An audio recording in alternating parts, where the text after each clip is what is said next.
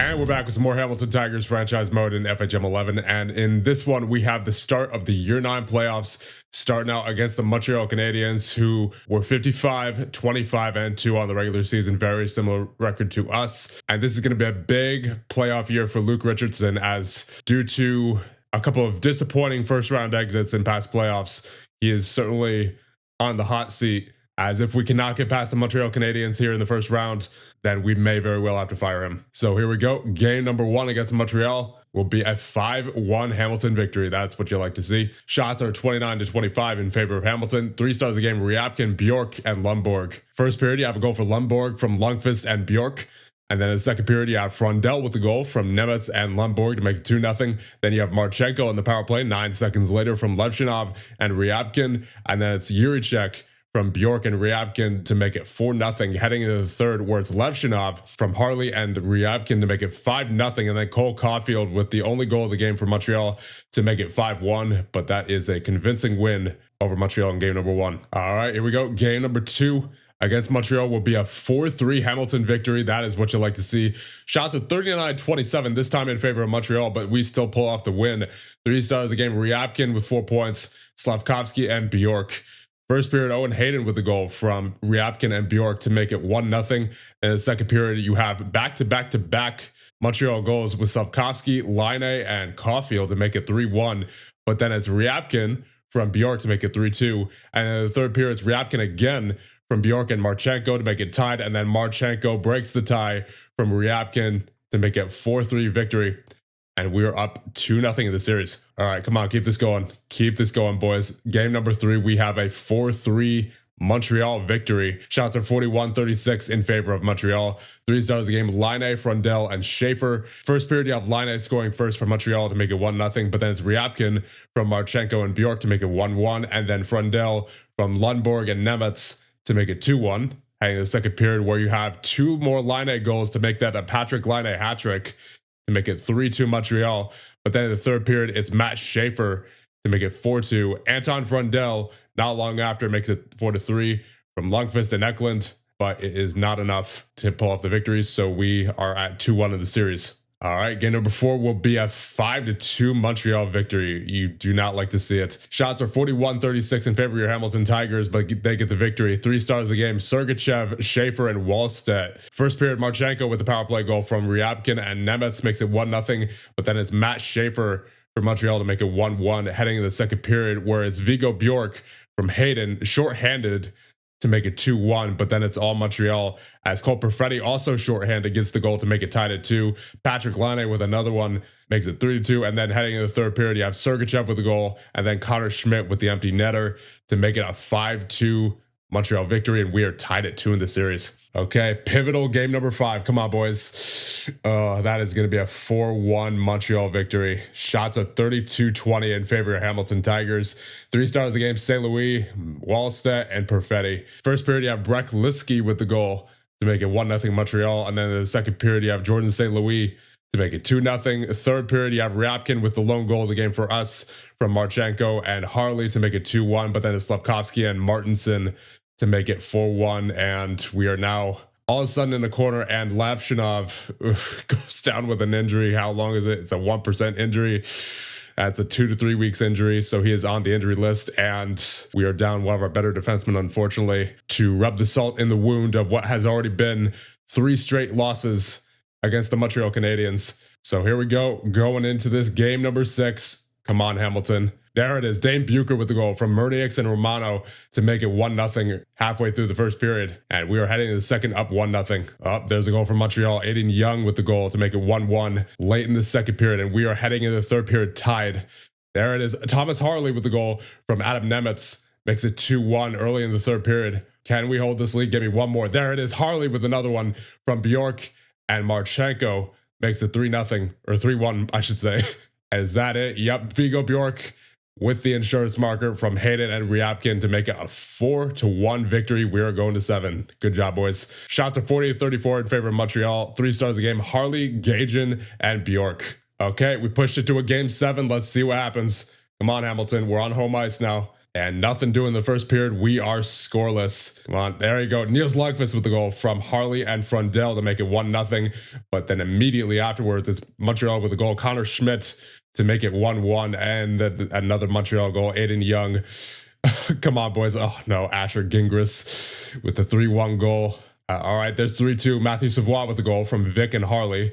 There. All right, we're tied once again. Vic with the goal from Nadeau and Paininiemi late in the second period, and we are tied at 3 heading into the third period. There it is. Luca Romano with the goal late in the third period from Bjork and Lundqvist. And is that it? Yes, it is. We move on. Finally move on to round number 2 once again. And it's about time. So for right now, at least, Mr. Richardson's job is safe. Shots at 35-18 in favor of your Hamilton Tigers. 3 stars a game. Lundqvist, Ost, and Harley. And I suppose with that, we will see who we have in the second round. And it will be the 56-18-8 Buffalo Sabres. Oh, man. It's one tough team after another here. So let's see what they're all about. They have Rasmus Dahlin, of course, who's now 33 years of age, still killing it at that 5-star ability, and currently an 83 defensive grade.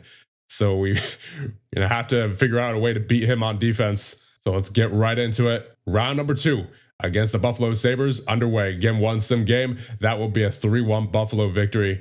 Shots are 36-34 in favor of Hamilton. 3 stars of the game. Martin, Ryabkin, and Barrett. First period, you have a goal for Brady Martin for Buffalo to make it 1-0. Second period, Vigo Bjork with our lone goal of the game from Marchenko and Ryabkin to make it 1-1. And then the third period, it's Cousins and Barrett with the goals. Barrett's on the empty net to make it a 3-1 Buffalo victory, and they're up 1-0 in the series. Okay, game number 2 will be a 3-2 Buffalo victory. Shots at 43-23 in favor of Buffalo. 3 stars a game. Barrett, Vic, and Martin. First period, Eli Barrett scores for his 3rd goal of the playoffs to make it 1-0.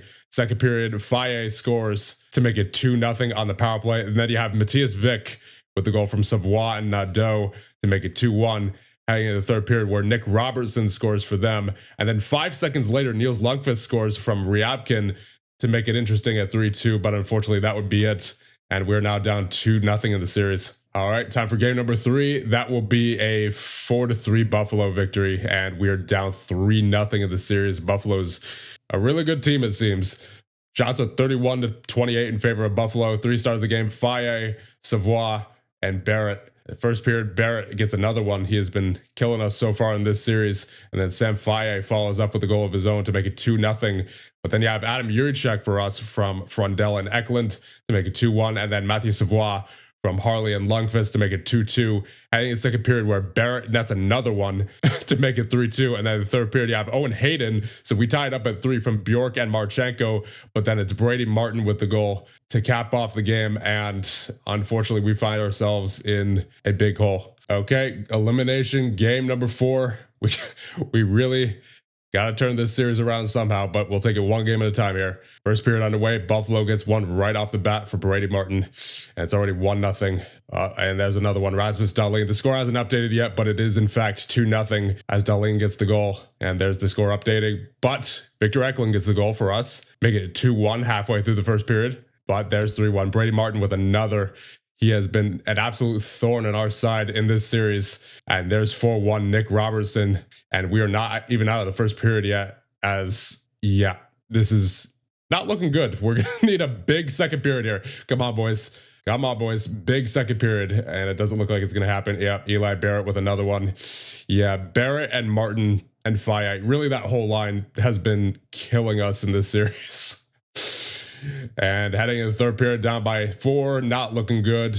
Yeah, now down by 5. Sam Faye with the goal. And that will be just about it. 6-1 is the final score. Yikes. Shots are 36-26 in favor of Buffalo. 3 stars a game. Faye, Martin, and Boehm. I mean, we made it past the first round, so I guess there's that. But to immediately then get walloped in the second round is a little... I'm not sure. I'm not sure if we're going to keep Luke Richardson going into next season. I mean, again, I know he did do what I wanted him to do in managing to get past the first round, but then, of course, we got swept in the second, so it's really, really not looking like we're going to be holding on to him for too much longer here. Let's check out the playoff stats. In goal, you have Gajan with a .903 save percentage. Let's check out the game by game. Yeah, I mean, I would imagine that last game played a huge part. 6 goals against. because most of the games before that he was decent, right? 960, 923, 902. He had a couple stinkers there, but then 975, 833, fair. 939, 930. So he was good for the most part. But obviously there were a couple of games where he could have done much better. But at the same time, I can't pin this entirely on Gagin. At least not at first glance. Let's take a look at the skater stats. Ryabkin with 13 points, Bjork with 12 points. So the stars stepped up and did their job. Marchenko with 9, Harley with 8, Lundqvist with 6, Frundell with 5, Hayden and Nemetz with 4, Vic, Savoie, Eklund, and Lundborg with 3, Juricek, Levshinov, Romano, and Nadeau with 2, Bucher, Paniniemi, and Murniaks with 1. Johnson didn't play due to his injury. And then Farabee and Yagi with 1 game played, no points. Honestly, I think the issue here is that we lack depth scoring. I mean, it was really just the first line, and Ryabkin, Bjork, and Marchenko getting it done. And then, of course, Harley and Lundqvist chipped in a little bit as well. But it's pretty clear that the first line carries this team, and when they're not on the ice, it seems like we're kind of struggling to score. But honestly, that kind of confuses me, because during the regular season, all these guys are chipping it. Like, look at the regular season stats. You have 1, 2, 3, 4, 5, 6, 7, 8, 9 forwards with over 40 points. And no one out of this group is particularly standing out either, right? Like they're all pretty close together in terms of point differential. So the fact that we had 9 forwards during the regular season who had that kind of point scoring, and then all of a sudden in the playoffs, we become a one-line team, like that's a little concerning.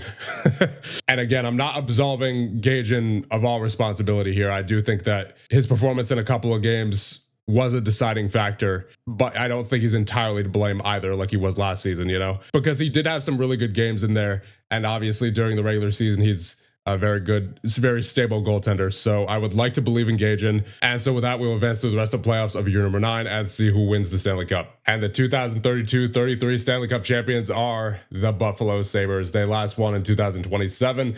The Stanley Cup playoffs winning goal was scored by Tage Thompson. They went through the New York Rangers, your Hamilton Tigers in 4, the New Jersey Devils, and the Minnesota Wild. All right, let's see what we're signing here. You have Johnson, of course, Gagin, Lundqvist, Savoie, Ravensbergen, Juricek, and Del Yagi as the important names. So I will start with Johnson. I'm just going to see what he wants. He wants 7.6 for 7 years and a no movement clause. I don't think we're going to be able to do that, unfortunately. But you know what? That's fine, right? We got him. We got him essentially for free, and he was just an emergency plan just in case somebody got injured during the playoffs. What does Romano want? Romano wants 2.5 for 3 years as a 2-star ability. He can get released. I mean, we have his rights, so we'll keep him qualified, but I'm not going to offer him that. Yagi, I'll auto qualify you. What do you want? You want 1.5 for 3 years. That's a pretty good deal. In 43 games, he had 18 points, 19 hits. He's not much of a hitter, but he's a good depth player. So I'll probably sign him, but I'm going to wait on him for right now. And Dell, I'll qualify. Ravensbergen wants 1.5 for 2 years. I mean, he actually played this year, so you know what? He might be good to have in reserve just as a 3rd-string goaltender, and that's pretty cheap for a 2.5 stars. So I'm not going to offer him yet. Like I said, I want to get the important guys out of the way first. But that's definitely a good deal for him. Juricek wants 4.8 for 3 years. He's currently making 1.9. That's a big increase. He had 25 points last year in 66 games, 102 hits, so he's a hitter like that. And then Gagin, what does Gagin want? He wants 9.2. Oof. I mean, he's been consistent for us during the regular season at the very least. So I'll give him that. He's certainly already proven that he can do that during the regular season. It's just a matter of his playoff performances. Then you have Savoie. He wants 6.5 essentially for 3 years. What's he currently making? 5.2. Then Niels Lundqvist, who is currently making 7 mil, wants 8 mil for 1 year. All right, let's see what's our cap obligations looking like going into next season. We have roughly 30 mil to work with. I mean, Zavragin put up a 925 last year in 20 games played, and then a 915 the year prior with Montreal. So he's clearly consistent as a backup. But my worry is, how would he do as a starter? Whereas Gagin's already a proven starter and proven to be consistent at that. And that's valuable in this simulation.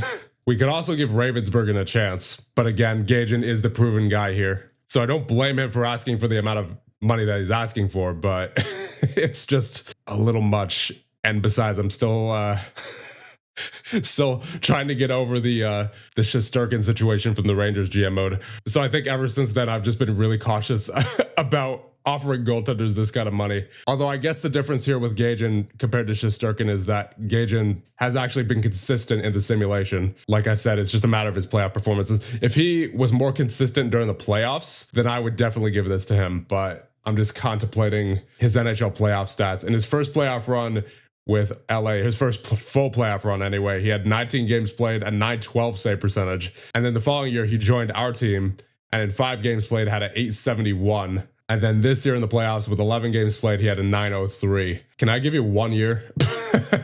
I'm considering just doing a 1 year deal, just as like a prove it deal, you know? So I think I'll start at 1 year for 9.5. Maybe he'll take his years down to 2. I'm up to 9.8 now and he's still at 3 years. So at least he's taking his money down. I guess that's good, but still, I'd rather him take down his term to maybe 2 years if possible. Yeah, he's really set on not taking his term down. He really wants that 3 years. At least we got the salary down to 8.8 though. All right, then here's what we'll do. We'll go for 3 years, but then I will take his salary down. I will start at 8.2. I got him down to 8.41 for 3 years. I mean, it's better than what he was asking for before, that's for sure. What's he currently making again? Like 6.75? Yeah. Yeah, I'll do this. I mean, it's not anywhere near as bad as the Shesterkin deal, right?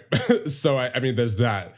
And then also, once again, Gagin has proven himself to be consistent during the regular season. It's just a matter of the playoffs. That being said, I think if we get the right team in front of him, I think he's capable of doing it because he showed with LA that he is capable of maintaining a save percentage that's above 910 during the playoffs. So if we could just get the right players to put in front of him, I think he is capable of getting back to that. So I will do this for Gagin, submit offer. Now, as for Nils Lundqvist, I think we're going to move on from him. I really like what he brings offensively, but he is 32 at this point, and he's only going to start regressing. And I know he's only asking for a 1 year deal, so it's not that bad, right? But I think I still would prefer to see what's out there in free agency and see if we can snag up someone younger and possibly even better defensively. Because Lundqvist, as good as he is physically, because he's a very physical offensive defenseman at 93 hits this season, his defensive ratings still are not the best. So I'd like to try to find someone who is a little bit more capable defensively. I think I will re-sign Savoie. He's been pretty good for us over the years. I believe he had 47 points this year, if I'm not mistaken. So I'll try to get his price down there. All right, I got him down to 6.15. I will do that for him. I think we'll also move on from Jiricek. I do like that he has a physical game. He brings a lot of hits.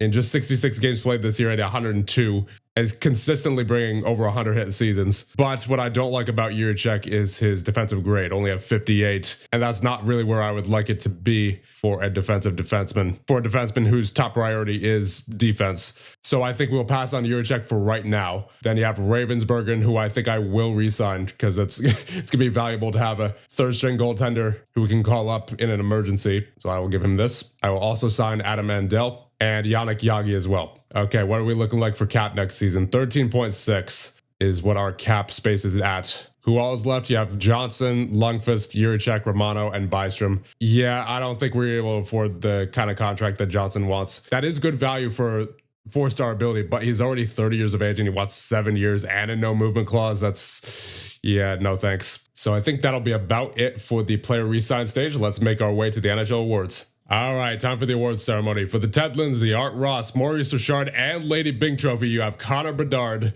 who sweeps through that particular section of awards with the 59-goal season at 127 points. My goodness. For the Bill Masterton, you have Connor McDavid, who at 36 years of age, still getting it done with 88 points in 70 games played. The Mark Messier Leadership Award goes to Riker Kessler of Dallas, who had 24 points in 59 games played this year. And for the Jennings, you have Adam Gagin of your Hamilton Tigers. All right, there you go. So Gagin wins his first Jennings. Then for the Hart between Rasmus Dahlin, John Roos, and Connor Bedard, it is Connor Bedard of Tampa. For the Conn Smythe, it is Rasmus Dahlin. Yep, he was unfortunately very good at shutting us down in that series against Buffalo. And for the Calder Trophy between Luis Francois Belanger, Jackson Bowers, and Tobias Orchovsky, it is Jackson Bowers of Boston. For the Norris between Sasha Boumediene, Hunter Brustowitz, and Axel Ellefson, it is Axel Ellefson of Houston with 70 points in 80 games played. For the Selke between Martin Ludwig,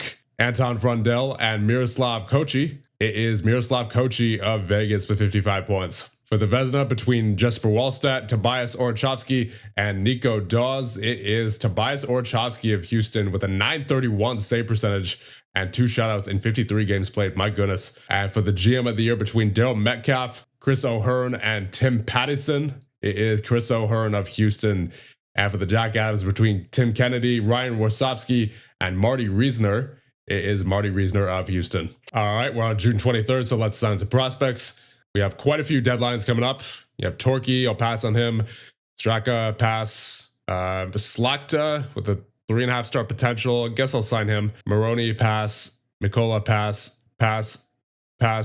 Cacklier, I think I'll sign Cacklier. He's got the 2-star talent and 2.5 star potential. 23 years of age, though, so I doubt he's going to be going too much more, but he seems like he might be some good depth. Uchelka, I will sign. Hordienko, pass. Chase, pass. So Uchelka, Cacklier, and Slakta are the ones that we will sign. And then in terms of ability, you have Linus Nielsen, who at 19 years of age is already a 2-star talent. And I believe he was our 1st round pick from last year. Yes, indeed. So let's take a look at his development, see how he's progressed over these past 12 months. Yeah, a lot of those physical ratings improving. Mental ratings, unfortunately, not really going up too much. Offensive ratings not going up too much. Defensive ratings not going up a lot either. So it's really the physical category where he was focused on this year. So he's getting there, but I think I'll leave him unsigned for right now. Then you have Joe Miller, who at 20 years of age is also a 2-star ability. And yet another prospect who unfortunately is not very good mentally. However, I would say that he could be capable of playing as a defensive forward, like maybe a 4th line forward in the NHL. Because he's got a lot of his ratings to where they already need to be. Positioning's at 15,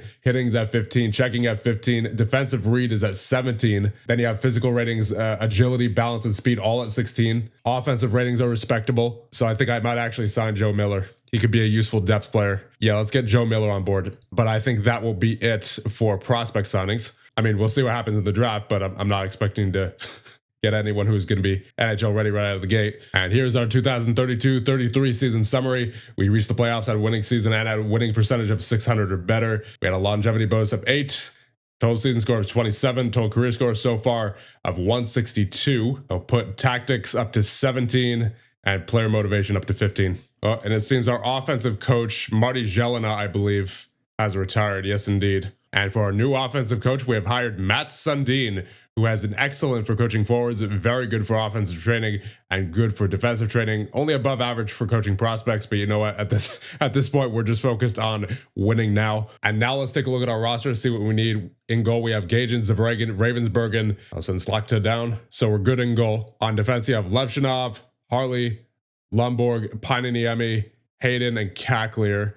I don't know about Cacklier. In terms of offensive ability, he looks like he could potentially replace Niels Lundqvist, but the issue is how is he going to simulate at the NHL level? And besides that, I would also like to get a defenseman who is more defensively minded. So I'm going to say at least one defenseman. And then at forward, you have Bjork, Ryabkin, Eklund, Marchenko, Savoie, Frundell, Nemetz, Nadeau, Murnieks, Bucher, Yagi, Andel, Kazda, Vic, Farabee, and Miller. We'll send out Uchelka. Honestly, I like our forward core because at least in terms of the regular season last year, this forward core was very good. So let's see what is out there in free agency. You have, of course, Johnson, Lundqvist, Gryden, Brustowitz, Jack Eichel out there at 36 years of age. Simone Nemetz is back out there in free agency. Maybe we go back after him. But nah, he's more offensively minded. I'm looking for someone who is more capable defensively. More Vanacker. So it looks like a very deep free agency pool here. Ooh, I'm liking Zeev Buium here. Oh, never mind. Won't be well liked. Because I saw his grade there. Like, those are some really fantastic grades. Constantly in the mid 60s. But unfortunately, he's got that personality trait that I really am not a fan of. So we're going to have to pass on Buium, I think. But that's exactly the kind of player that I'm looking for, though. That's the frustrating part. He's exactly the kind of player I'm looking for. Just the personality trait, man. Yeah, passing on Buium. Ooh, Zellweger's on the trade block for Florida. I really like his speed at 18, defensive read at 18, positioning at 16, respectable offensive category as well, 18 team player, a 17 role rating for a two-way defenseman. Yeah, I really like Zellweger. And he's only a 2.5 star ability, so we might be able to retain on his cap easily in a trade. Because as we take a look at his career stats, Zellweger's grade is constantly at 70, like high 60s, low 70s. And that's mostly in the NHL. I mean, he had a small stint there in Tucson, But other than that, he has been a very consistent defensive simulator over the years. And I think that's exactly what we need. Yeah, we got to do this. I think we got to get Zellweger. Oh, wow. They'll just take the rights to Luca Romano. It's very likely they will accept. What if I retain? Well-balanced offer? Okay, so I'm going to have to increase it a little bit. That makes sense. I mean, I guess it doesn't take much. Only a 6th and a 7th for the upcoming draft. Yeah, I mean, we could get Zellweger for basically nothing here. Yeah, I'm doing this. Offer trade. Ooh. I just checked Vigo Bjork's extension. He wants 11.8 for 4 years and a no movement clause. Yep, that is, I mean, he's worth it. He's a 5-star player. He's very good. He's a very good simulator. But unfortunately, that does mean that we're going to have to free up cap somewhere else in preparation for that. Obviously, we don't have to do that right now, but that is going to have to happen at some point between now and the start of next season. Oh, okay. Lundqvist is actually asking for much less in free agency, only 5.25 for 1 year. That being said, his price is probably going to get taken up by other bidders, so I'll just go a little bit higher just to make sure. I'll go to 6 mil. In fact, I might just go a full mil there. I'll give him 6.25 for 1 year. That's definitely much better than what he was asking for before. I believe it was around 8 mil. At least as of this moment, I cannot find anybody better for the right side. So we will offer this to Niels Lundqvist. Actually, I think a forward who I would be willing to move out at this point is Olivier Nadeau. Because as good as he's been for us, like last year he had 46 points. The year before he had 62. His physical category, unfortunately, is not very good. Speed is at 9. Defensive category is also pretty subpar. Checking's only at 12. Hitting is only 11. Positioning only 13. So I wouldn't mind moving on from him. In fact, I think I'll just see what he can fetch. He can fetch a 2nd. So I think I'll accept that 2nd from Florida. They're currently in a rebuild. Last season, they only had 28 wins, and they're looking for forwards right now. So I'll accept their offer. I think we're also going to trade Dane Bucher. I mean, I know he is cheap depth, at least for right now, but he does want a pretty expensive extension at roughly 3 mil for 3 years. He's 25, so I doubt he's going to get much better. And he really has not been a great simulator over the past 3 years. So I'll offer him out as well. Get a 4th back for him, and he can go to San Jose. They also need forwards. All right, I think I'm done with moves for right now until I know what's going on with Lundqvist and Zellweger. So let's simulate a bit. Oh, Florida has accepted our offer of the rights to Luca Romano, a 6th and a 7th, for Olin Zellweger at 50% of his salary retained. Complete trade. And now it's time for the draft lottery. At number 20, you have the Islanders, followed up by Toronto, Tampa, Columbus, Ottawa, Dallas, Cleveland, Detroit, Vancouver, Edmonton, Pittsburgh, Utah, St. Louis, Colorado, Vegas, San Jose, Florida, Winnipeg, and Anaheim at number 1, followed up by Boston at number 2. Minnesota put out an offer for Lundqvist. Let's see. He's up to 7.5 now. I'll go up to 7.65. I mean, he was already asking for 8 mil during the re-sign stage as it was, so I'm not going to go any higher than this. I'll submit that, see what he says. And let's head into the draft. So I think we'll just advance to our pick here at number 38, and that's Florida's pick, actually. Not too many guys standing out to me here, but Slavomir Farkas has that big game performer personality trait. So that alone, I think, justifies taking him here. He's a defenseman, 6'5".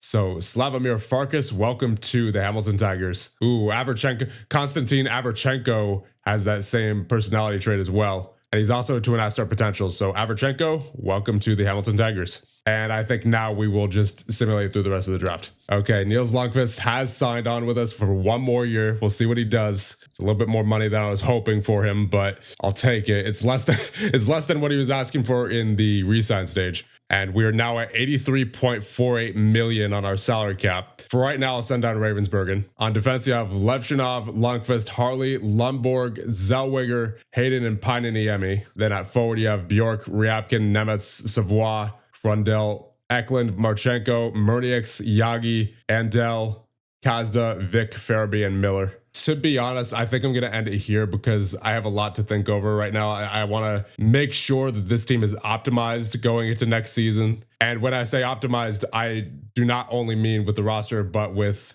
the coaching. Luke Richardson in particular, as ever since his hiring, it was no playoffs, out in the second round, out in the first, out in the first, out in the second round this past year. So he's been a good regular season coach, that's for sure, but he has not been able to get us over that playoff hump. That is the second round. Yeah, we got a lot to think about. So I think we'll end things off here. And in the next one, we will finish up the year 9 offseason and head into year number 10.